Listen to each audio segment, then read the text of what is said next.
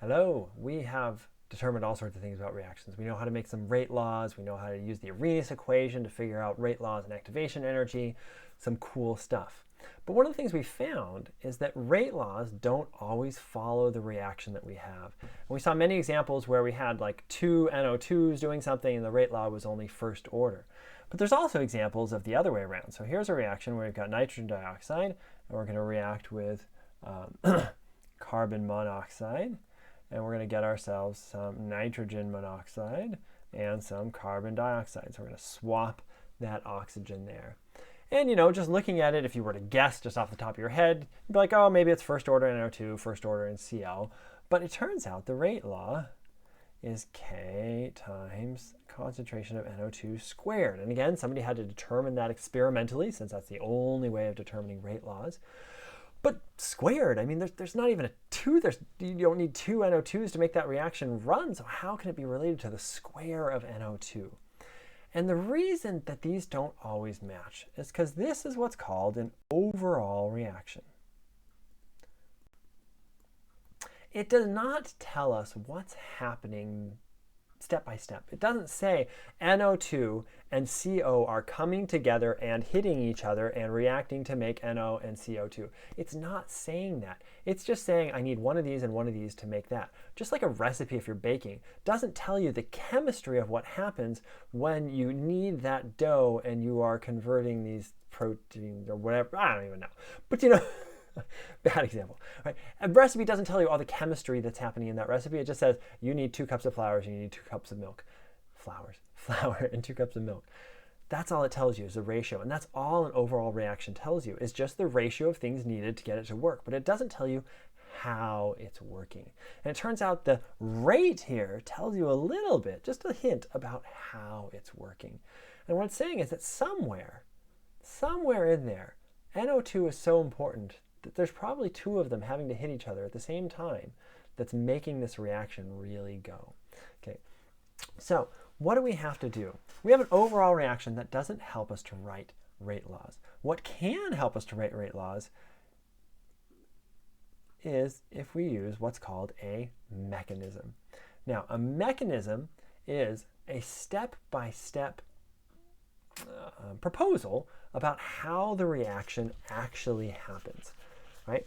And it has to be consistent with your rate law. We're going to figure that out as we go. So its mechanism has to be consistent with your rate law, but it's a proposal. And so what I'm going to say is, yes, my overall reaction says NO2 plus CO goes to NO plus CO2. But I'm going to propose the following mechanism. And I'm going to say what has to happen first is 2 NO2s have to hit each other. Then they're going to make NO3, and they're going to make NO. And this reaction happens. It's got its own rate constant we'll call K1. And that's what has to happen first. And now you'll notice something here. Like, oh, look, in your mechanism, you already have a reaction where 2 NO2s have to hit each other. And that's very consistent with our rate law.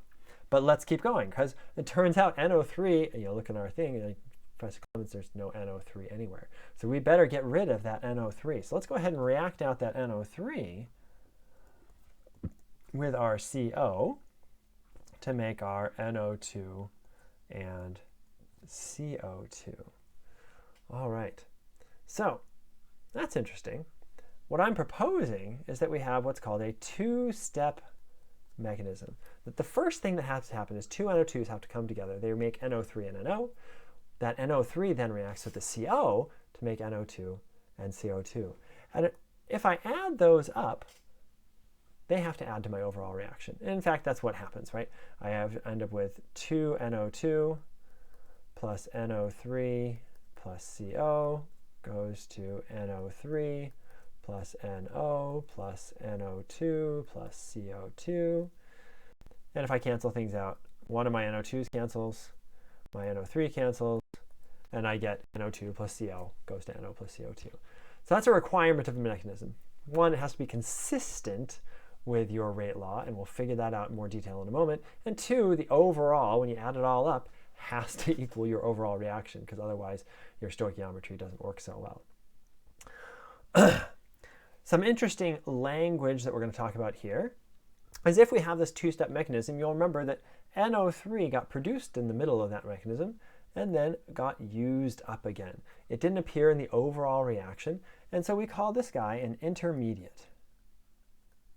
And you can always tell an intermediate because he is produced, then used. If you see something that's produced and then used up and does not appear in the overall reaction, we're going to call that an intermediate. Okay? Now, how is this mechanism consistent with what we saw in our rate law? This first step is, but that second step, I mean, nowhere do we see some NO3 or some CO in that rate law. How can that mechanism be consistent with our rate law? Well, it turns out that when you have a series of reactions, there's usually some that are faster and some that are slower. So let's imagine a chocolate factory, since we've been talking about chocolate in this chapter. And you've got somebody producing chocolates. And he's going down and he's producing, on his line, 100,000 Hershey's Kisses every hour. It's great. It's really efficient. And then there's a wrapping station. And at that wrapping station, there's this really old man. He's been working there for like 55 years. And when he wraps them beautifully. He makes the most beautiful wrappers you've ever seen. But he works like this. And he wraps one and he gets all the little curves on it just right. And it might take him 3 minutes to wrap one chocolate. So here we're producing 100,000 chocolates per second. It gets to that next step and it's one chocolate every 3 minutes. How fast are we going to produce chocolates? Are we going to produce 100,000 every hour? Or are we going to produce 30 in an hour? Right? We're going to produce 30 in an hour because that guy there wrapping our chocolates is our rate limiting step. We're producing a ton of chocolates, but they're piling up in front of him while he does his pretty little stuff. Can it be the opposite? Absolutely. So let's say we have a chocolate factory and we're producing one Hershey's Kiss every hour. And then you have this guy that can wrap Hershey's Kisses, and he can do it in a fraction of a second. He's like, done. So you get one coming off, done. One coming off, done. Right?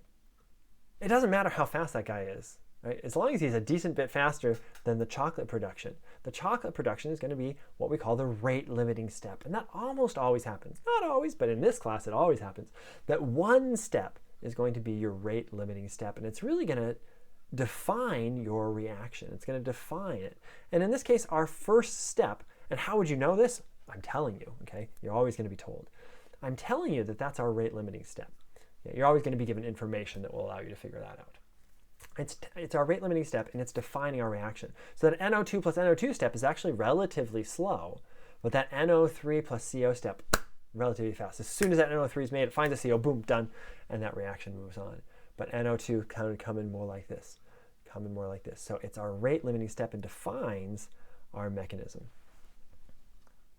And another word for rate limiting step is rate determining step. So let me write that here. Rate limiting step. All right. So what are these?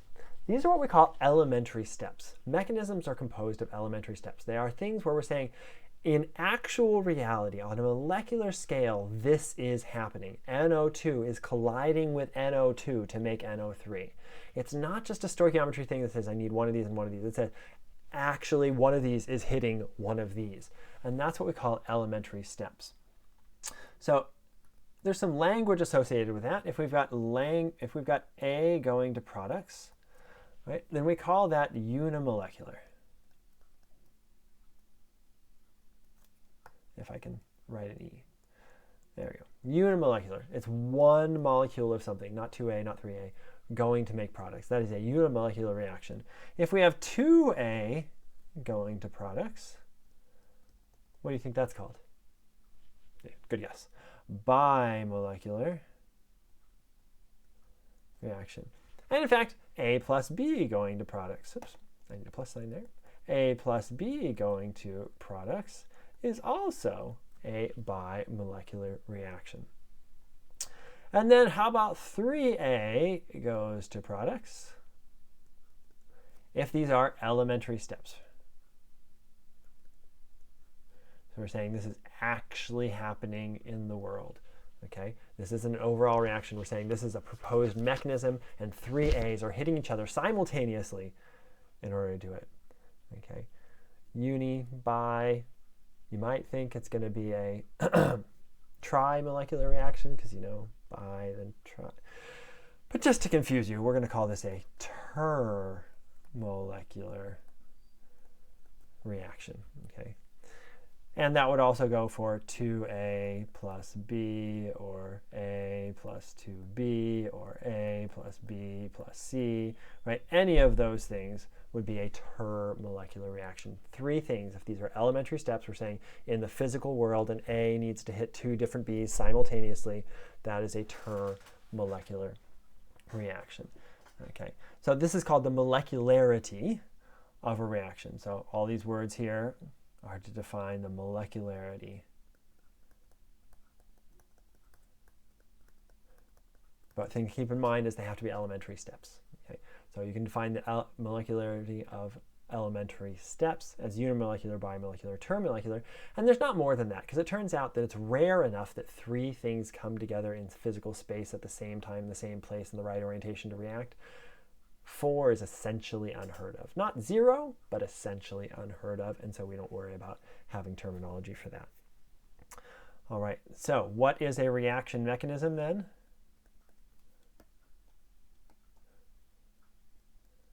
A reaction mechanism is a series of elementary steps that, 1, have the same rate law as experiment, and 2, add up to the overall reaction. Okay? So those are the 2 requirements. But how do you have that first requirement? How do you have a same rate law as experiment if you said that we can only determine rate laws from experiment? Like, isn't that kind of just given? Here's the fun thing. As soon as you propose something as an elementary step and you're saying, hey, I need that to happen in the actual world in order for it to happen, you're no longer just talking about, oh, I need 3 of these and 4 of these. You're saying, this is happening. This thing's hitting this thing. And it turns out for elementary steps,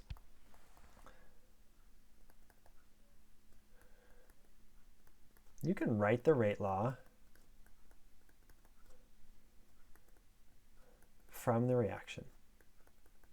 So if I have an elementary step that says A goes to B, my rate law for that is K times the concentration of A. If I have an elementary reaction that says 2A goes to B, then my rate law is rate equals K times A squared. Again, only if this is an elementary reaction. You're putting it as part of a mechanism and saying this is what physically happens in the world.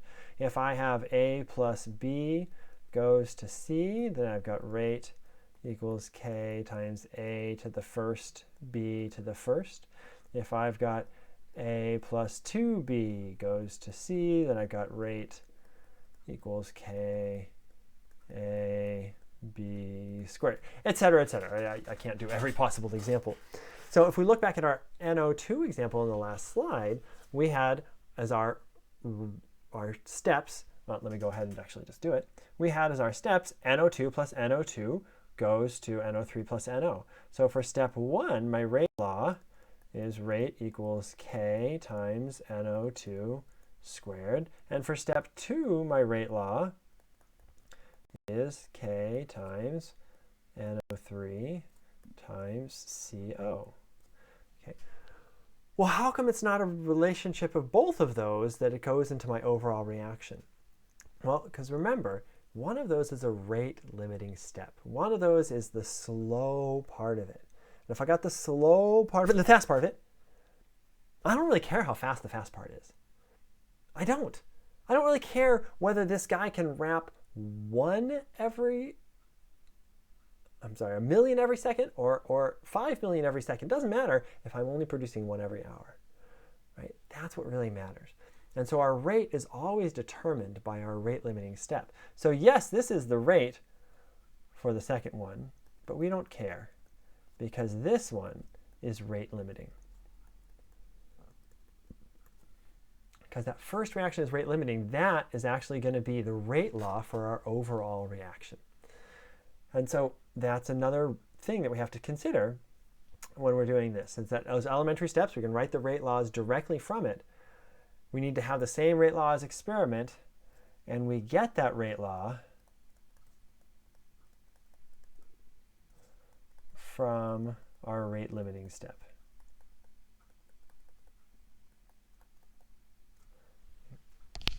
Directly from our rate limiting step because they are elementary steps. So neat things here, neat things here. All right, let's check in and see how we are on the definition of molecularity. What is the molecularity of the overall reaction? 2H2 plus O2 goes to 2H2O. Okay, you're gonna love me. Cannot tell. Didn't you just say when you have two things reacting one thing, that's termomolecular? Yes, if they are elementary reactions, but this is an overall reaction. Oh, that wasn't very nice of me, but it's important to remember that distinction.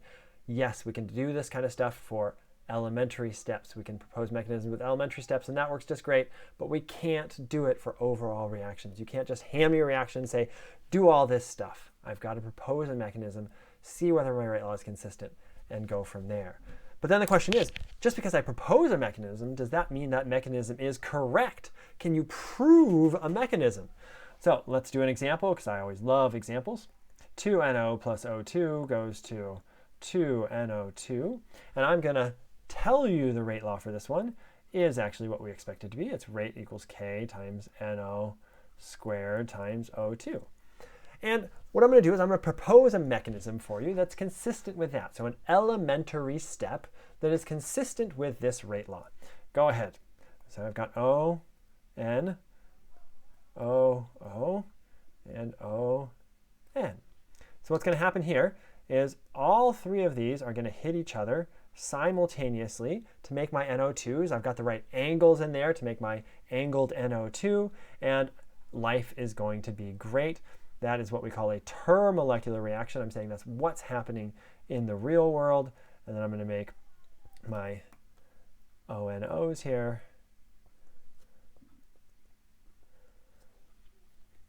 Cool. If this is an elementary step, right, this is my proposed mechanism.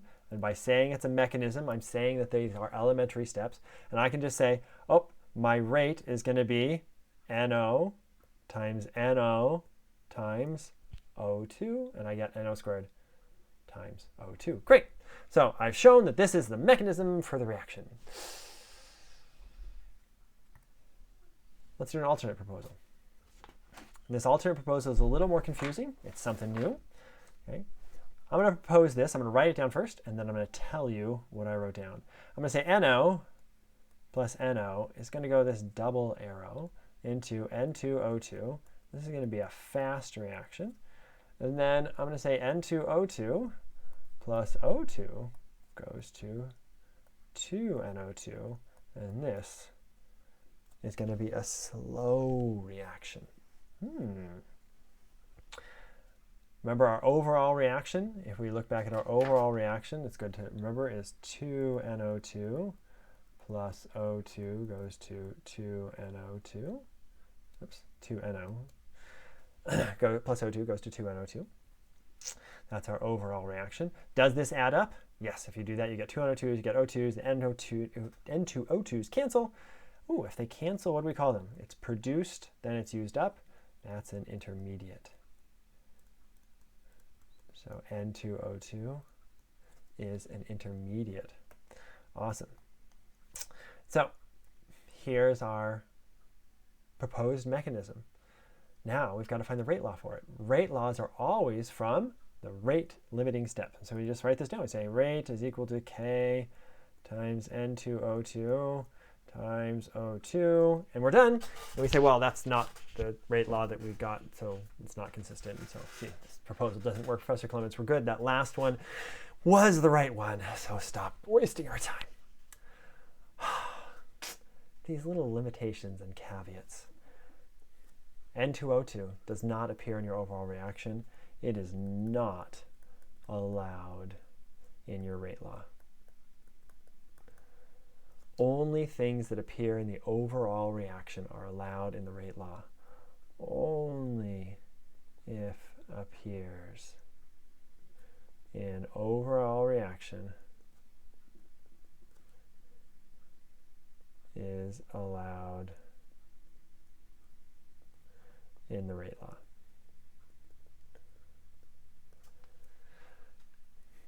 Which means we're not done yet. So just because we have N2O2 there doesn't mean it's wrong.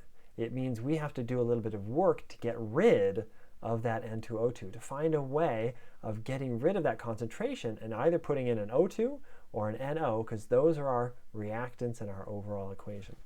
How are we going to do that? Well, it turns out in the next chapter, we're going to learn about that double arrow sign. And that double arrow sign means equilibrium. So equilibrium means when we normally write a single reaction arrow, we're saying, hey, N2O2 plus O2 goes and makes all NO2. There's not much N2O2 or O2 left. It uses all the ones it can. But when we say the double reaction arrow, we're saying this reaction happens, but not only does it happen in the forward direction, it happens in the reverse direction.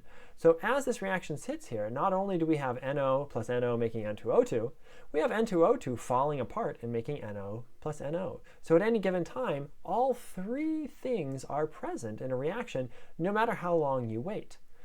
So we've got NO present and NO present and N2O2 present, because they're constantly falling apart and constantly going together. Now it turns out in order for that to work, in order for equilibrium to work, the rate of that forward reaction has to be equal to the rate of the reverse reaction. If one was faster, then eventually over time, it would lean towards that. If the forward reaction was faster, then you'd find that the forward reaction, you'd just make more and more N2, and you'd eventually use up all of your NO. So if our rate forward is equal to rate reverse, and these are elementary steps, which they are because I'm proposing them from a mechanism, I can write a relationship for the rate forward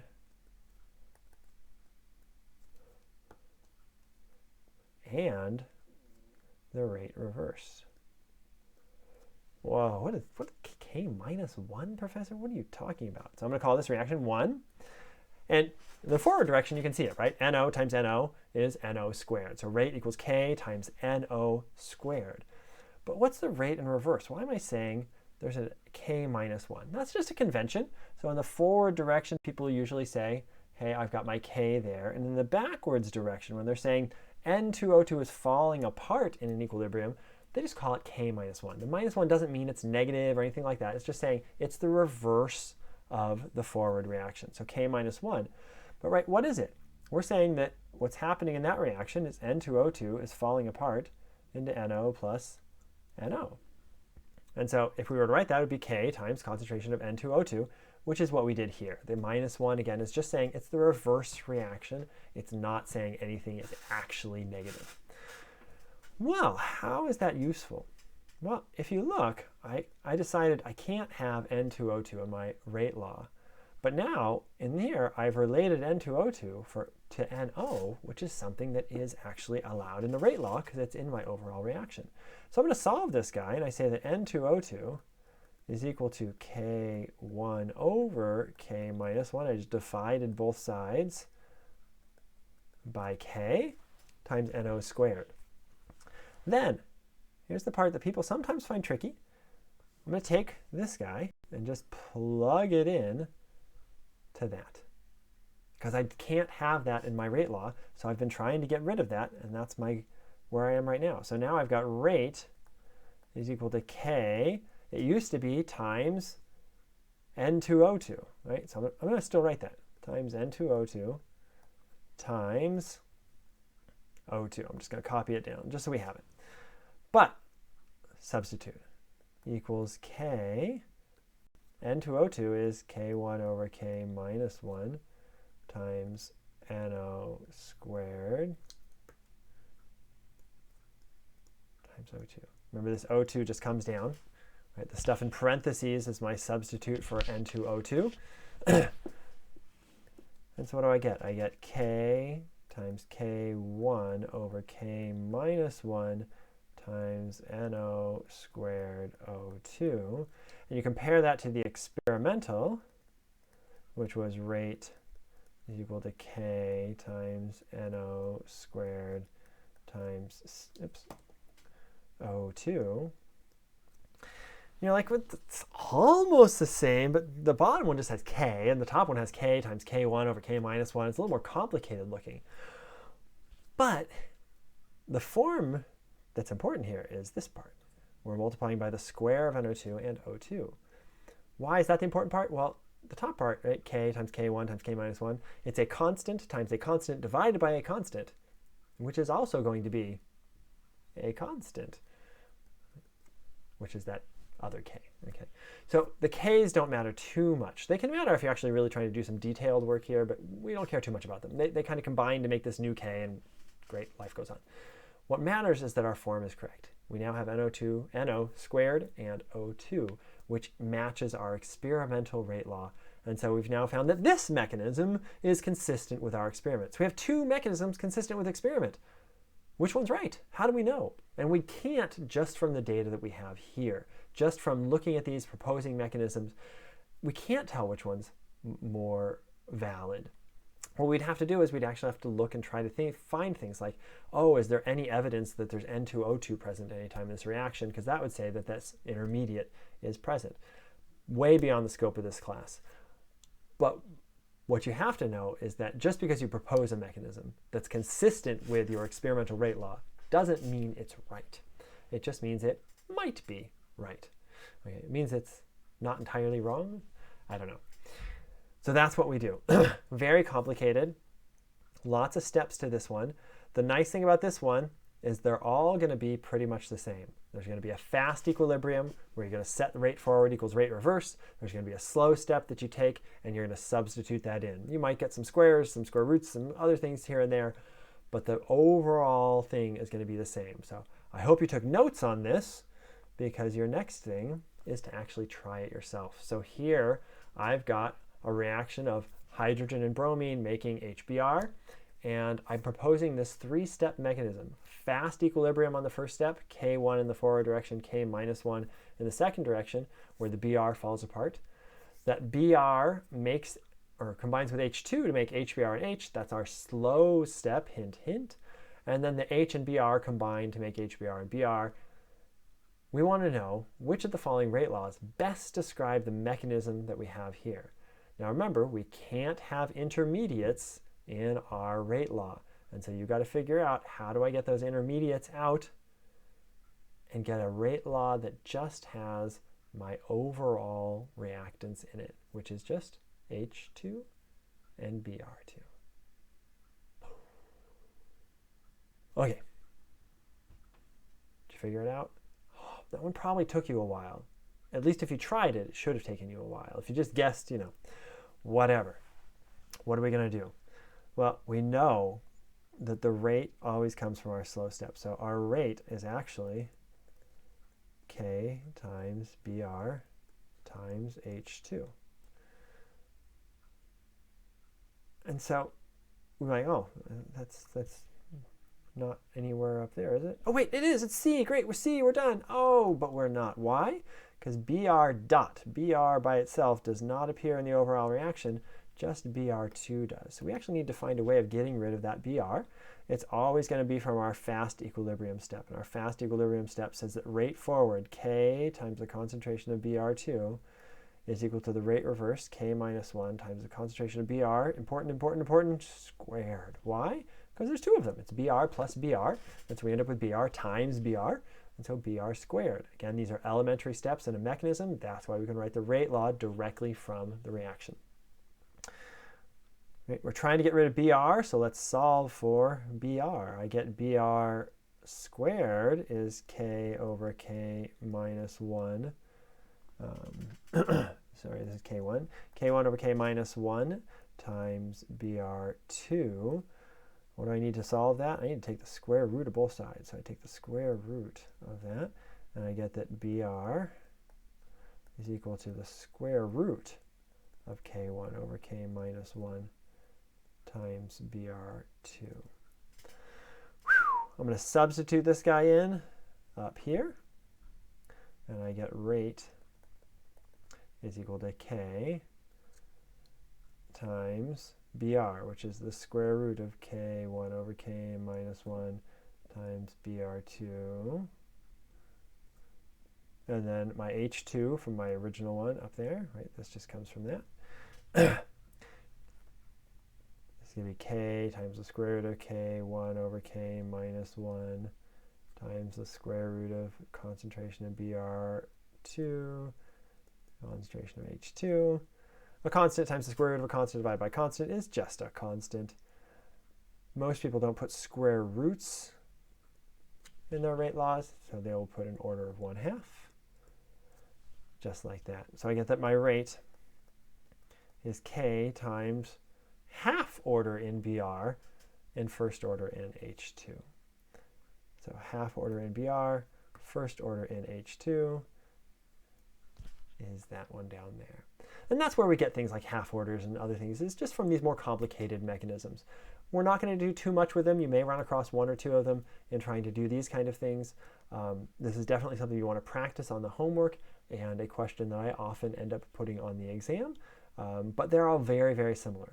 Write the rate law with your slow reaction, use your equilibrium step to try to substitute the thing from your slow step that you're not allowed to have. Because remember, you're only allowed to have your reactants in there.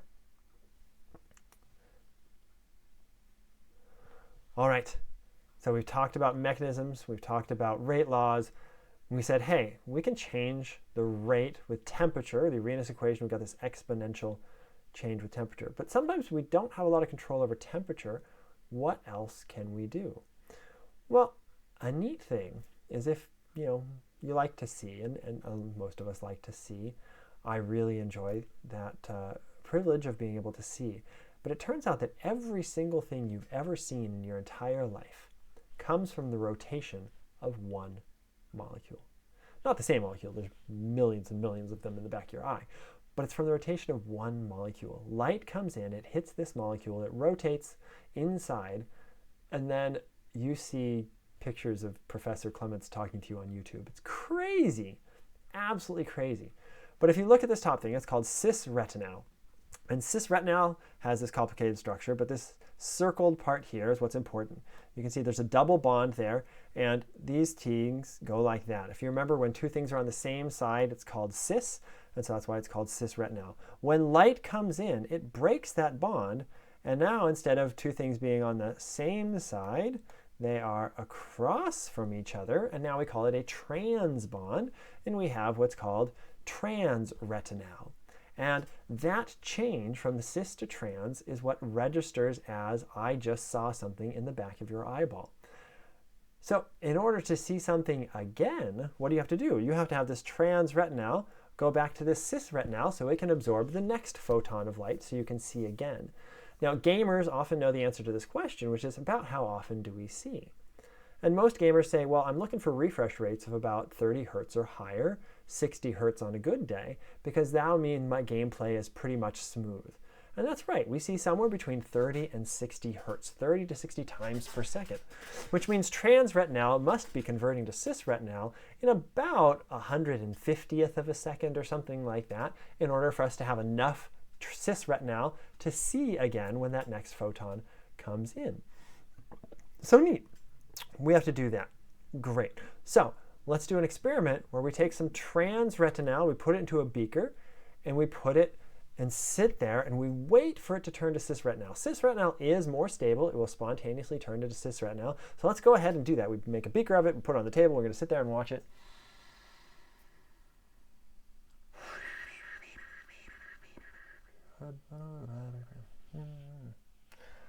I hope you got some time, because we're going to have to wait 400 years.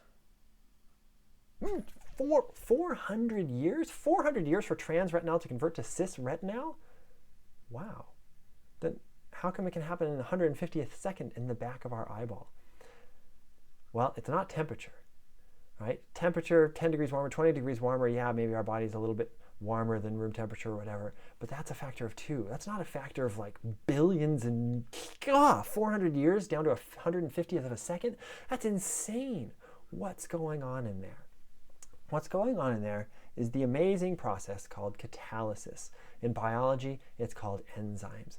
And what it is there is an enzyme in your body, and the whole purpose of that enzyme is to quickly convert trans-retinal back to cis-retinal.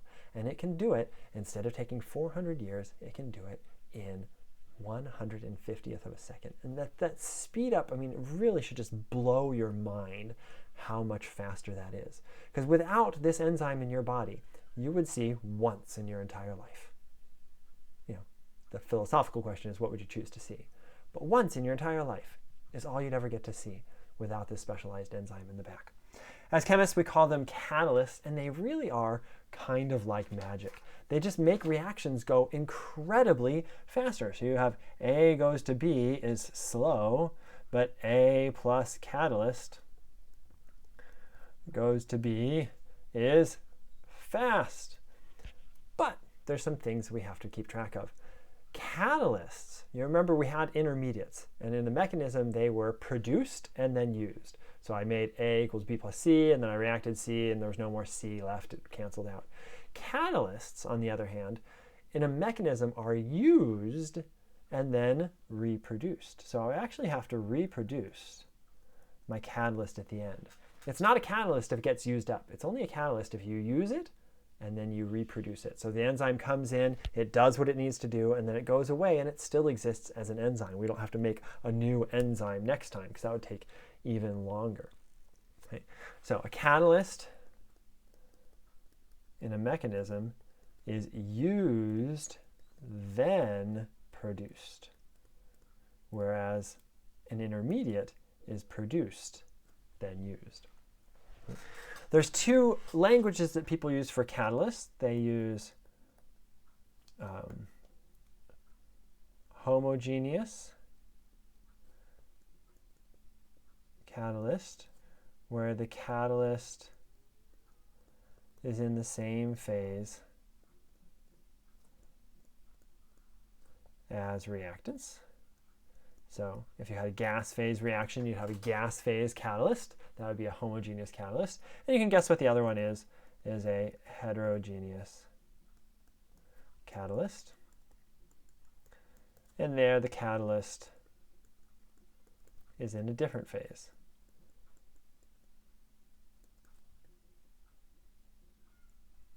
From the reactants. And this is a lot more common. We have gas phase reactions and a solid phase catalyst. We have liquid phase reactions and a solid phase catalyst. You'll notice the theme there is solid phase catalysts are very, very common, and I'll tell you why in just a moment. If you've ever seen a demonstration of Mentos dropped into Diet Coke when all the spraying and the foaming and things like that, that is an example of a heterogeneous catalyst. The Mentos is a surface on which bubbles can form very, very quickly, and so instead of bubbles coming out slowly over time, which they do after you open a bottle of soda, they come out very, very quickly. They come at the bottom because the Mentos sink to the bottom, and then they spew out a lot of stuff. So that's an example of a heterogeneous catalysis. So why is heterogeneous catalysis so much more common? Well, partially because it's very effective for one particularly good reason. So this is not the best picture in the world, but it's one of my favorite ones I've seen from textbooks in terms of what we call heterogeneous catalysis. And it's showing the reaction of ethylene and hydrogen. So you're hydrogenating ethylene. You're making that C2H4 go to C2H6. It's that example we did way back ago, several videos ago, when you tried to figure out the orientation of those H2 molecules. Right? And you had to get just the right orientation, otherwise the reaction wouldn't happen. But as soon as you've got the right catalyst, right, and not any catalyst, only the right one works, what happens? Well, you have 4 phases. The first phase is called adsorption. The molecules come down and they hit the surface. Okay? And so the ethylene comes down, it hits the surface, and it sticks to the surface. The hydrogen comes down, it hits the surface, and it sticks to the surface. And in fact, the surface can bond with the hydrogen a little bit, enough to break the bond in hydrogen and just allow it to kind of wander around. So it wanders around until it finds an ethylene to react with. So the second step is called migration. Now, we talked about that when we had the example of our H2 and our C2H4, and we said it would take forever for that hydrogen to just kind of randomly migrate around and find the other side of the ethylene in order to do the reaction. But that's because we were in 3 dimensions.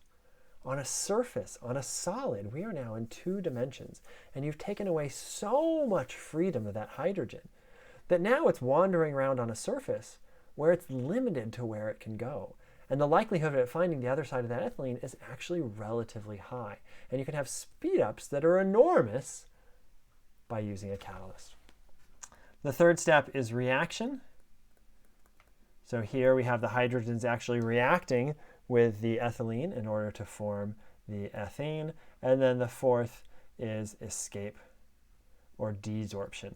Right? The ethylene, or the ethane now, the C2H6, flies off and goes away from the surface. So really neat things that can happen with heterogeneous catalysis. The reason primarily that they are so fast is because you've taken 3-dimensional space where things are very, very random and turned it to a 2-dimensional space where things are much more ordered and your probabilities of reaction are much higher. So that's one way that catalysts work. Hope that was useful. Hope that was interesting. Have a wonderful day.